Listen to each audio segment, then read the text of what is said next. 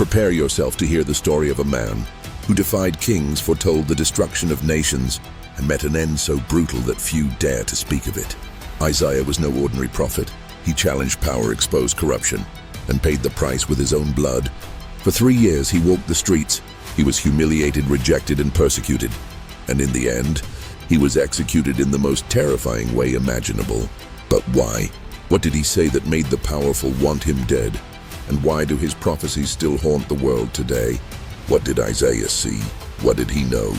And above all, why was his fate sealed in such a cruel way? Stay until the end, because this story is unlike anything you've ever heard.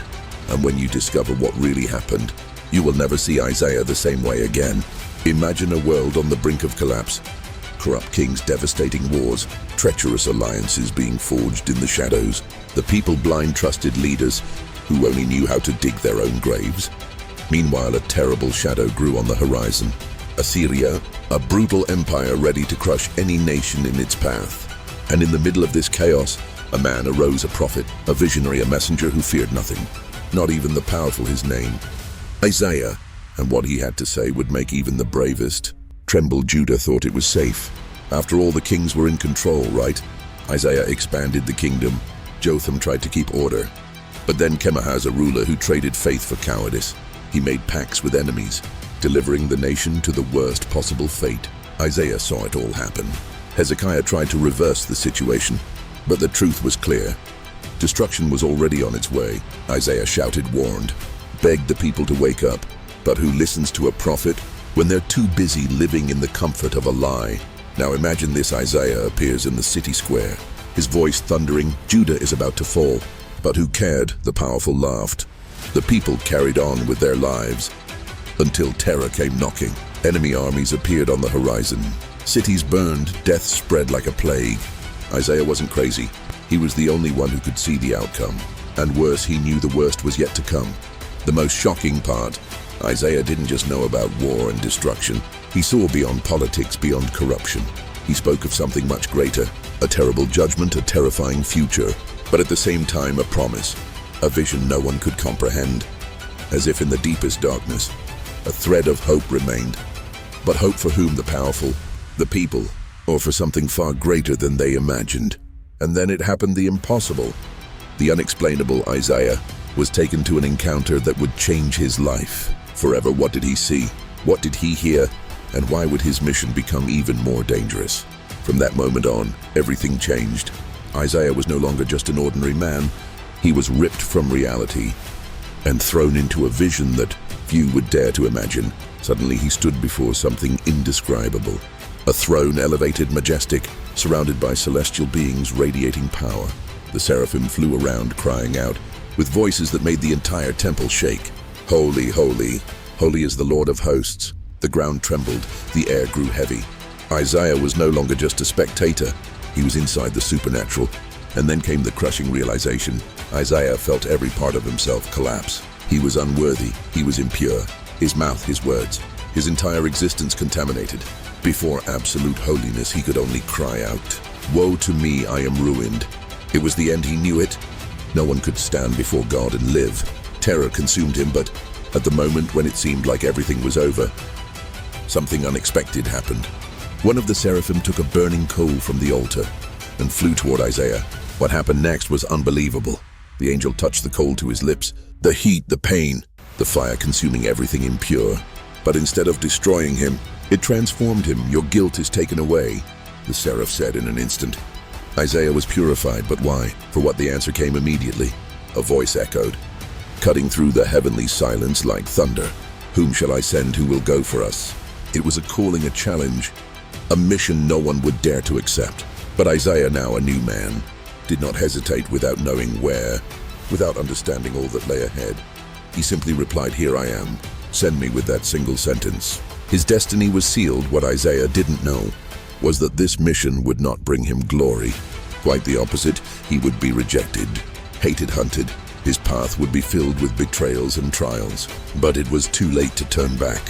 He had said yes, and now he was about to become the prophet who would change the fate of Judah and the entire world. But the question is, was the message he received something people were ready to hear?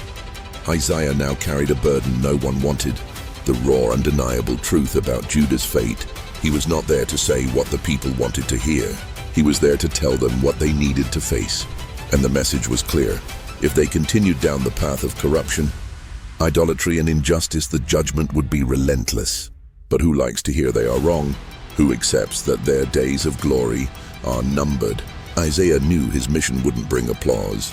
Quite the opposite, his words would be ignored, ridiculed, and he would pay a heavy price for speaking what no one wanted to accept. He exposed the hypocrisy of empty religion. The people offered sacrifices, sang praises but lived in injustice. They oppressed the poor, exploited the needy, and then pretended they were at peace with God. Isaiah called them out without mercy.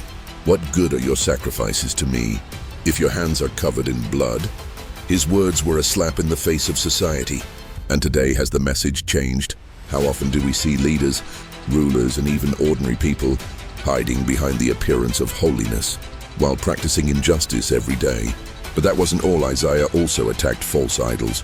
The people of Judah trusted in political alliances, foreign gods, everything. But what truly mattered, he warned. Do you think Assyria will protect you? That Egypt is a reliable ally? Open your eyes, these nations will devour you alive.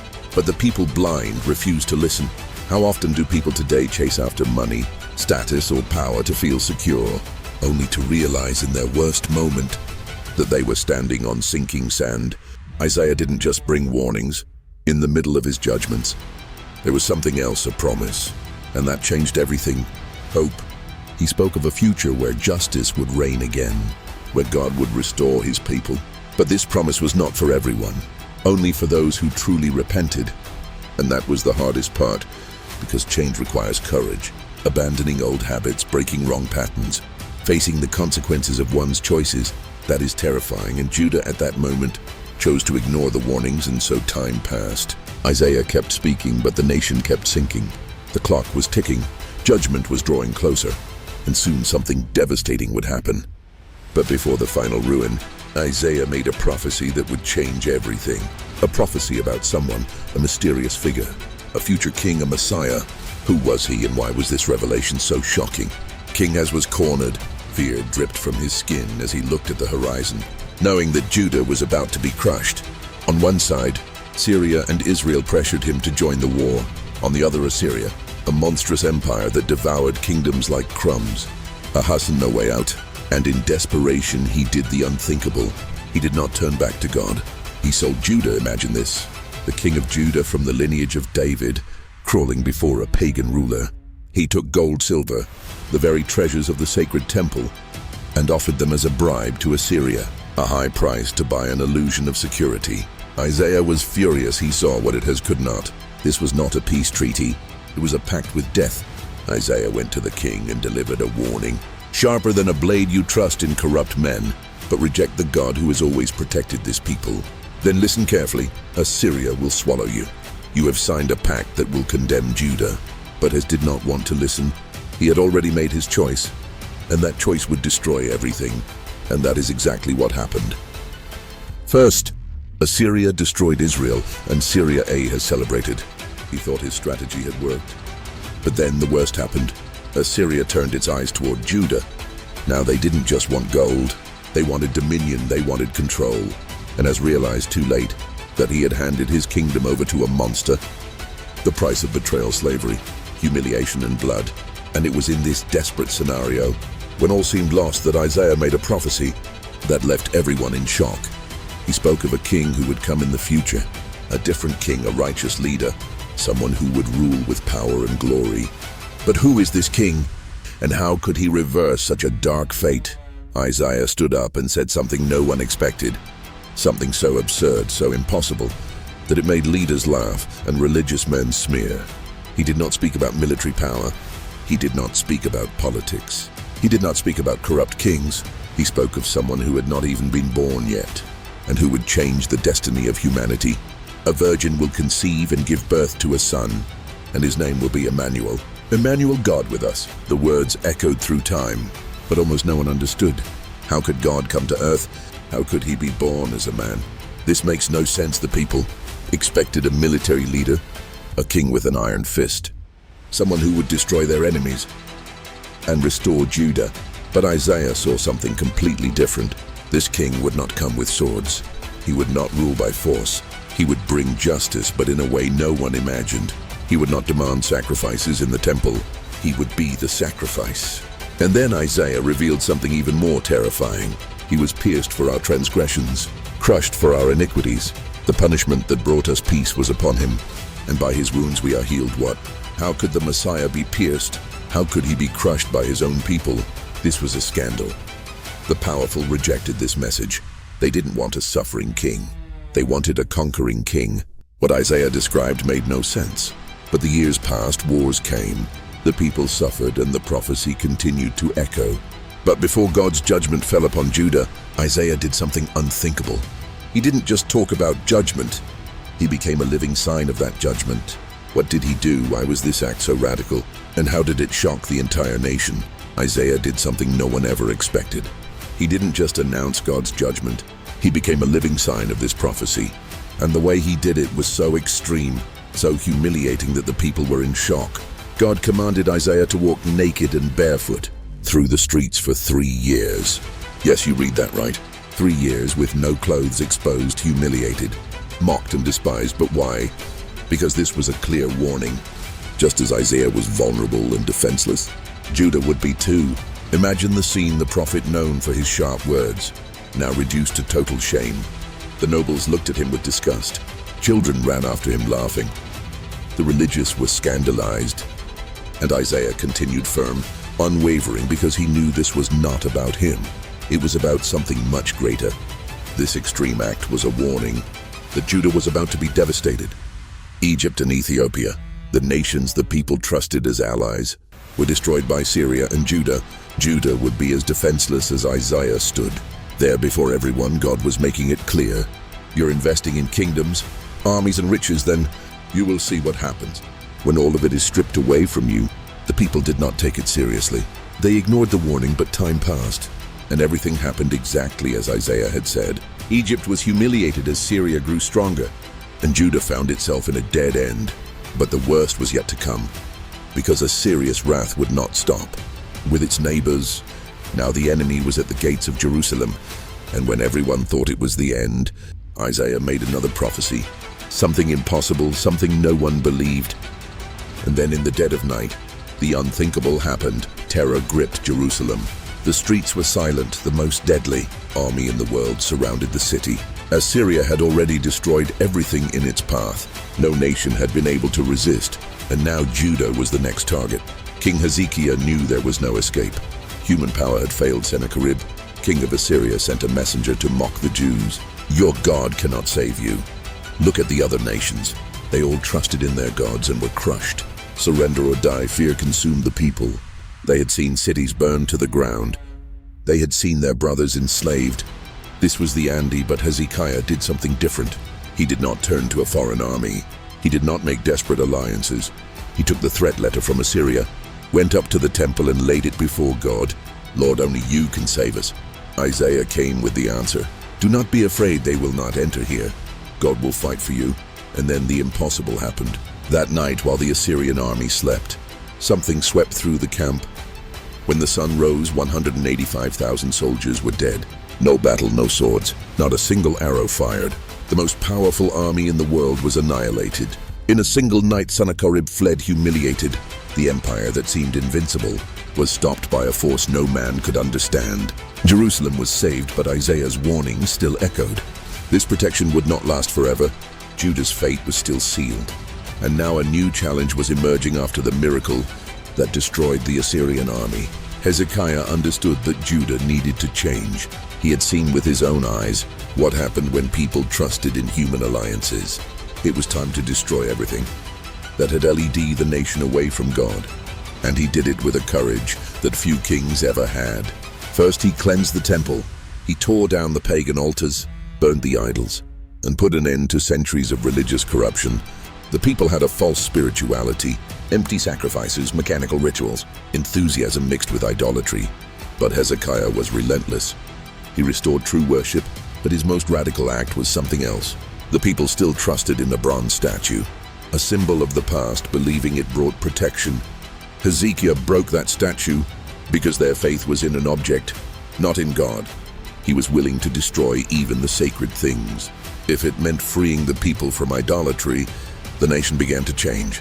Revival swept through Judah. The people returned to seeking God. Sacrifices regained meaning, and the land experienced a time of peace and restoration. But Isaiah knew this was just a pause. The people had turned back to God. But for how long? The human heart is volatile. And indeed, shortly after Hezekiah's death, everything fell apart. His successor, Manasseh, did what no king before him had dared to do. Wickedness reached its most extreme level, and it was in the setting that Isaiah would face the most terrible moment of his life. The days of glory were over. Hezekiah was dead, and Manasseh, the cruelest king in Judah's history, took the throne. Everything Isaiah had tried to prevent happened. Idolatry returned with force. The temple was desecrated. The people plunged into depravity. But the worst part now, those who spoke the truth were hunted. Isaiah knew his time was coming. The same people who once heard his prophecies now wanted his blood. He tried to warn them. If you continue this way, destruction will be inevitable. But no one wanted to listen. God's prophet became the most hated man in Judah. And then the order was given. Isaiah expected to die, but his death would not be quick. It would not be merciful. He was captured and taken to a remote place. And there the executioners took us all. Isaiah was placed between two logs, trapped. No escape. King Manasseh gave the signal, and then the blade began to descend slow, cold, ruthless. The flesh tore, the blood flowed. The prophet who spoke of the Messiah, the man who faced kings and empires, was now being sawn in half. His body was destroyed, but his message did not die, because everything he prophesied came to pass. Judah ignored the warnings, and the price was paid with tears, exile, and destruction. But there was one last prophecy, the one about the Messiah, and this would change the world forever. Isaiah was killed, but his words survived. And not only did they survive, they were fulfilled. Everything he prophesied happened. The fall of Judah, the exile in Babylon, the suffering of the people. But among all these tragedies, there was something even more shocking. The promise of a Messiah. Centuries passed, empires changed, but Isaiah's words kept echoing. He was despised and rejected by men. A man of sorrows, familiar with suffering, but by his wounds we are healed. What did this mean? Who was this man? And then he came, Jesus Christ, the one Isaiah described in frightening detail. 700 years before his birth, he was born as Isaiah predicted, lived as Isaiah announced, and died as Isaiah already knew he would. But there was something even Isaiah himself could not see: the resurrection. Today, the book of Isaiah remains one of the most read and studied texts in the world. His words did not die with him. The question is, will you ignore them as the people of Judah did, or will you listen before it's too late? Isaiah was sawn in half, his blood stained the ground, but his voice was never silenced. Everything he announced happened.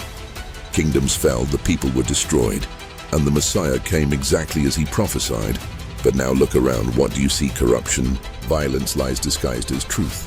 People think they are safe, think nothing will happen, exactly as Judah once thought. And just like back then, the warnings are being ignored. The question is not if history will repeat itself, but when, and when it happens. Will you be ready, or will you realize too late? Just like the people in Isaiah's time. If this video made you see something you hadn't seen before, don't keep it to yourself.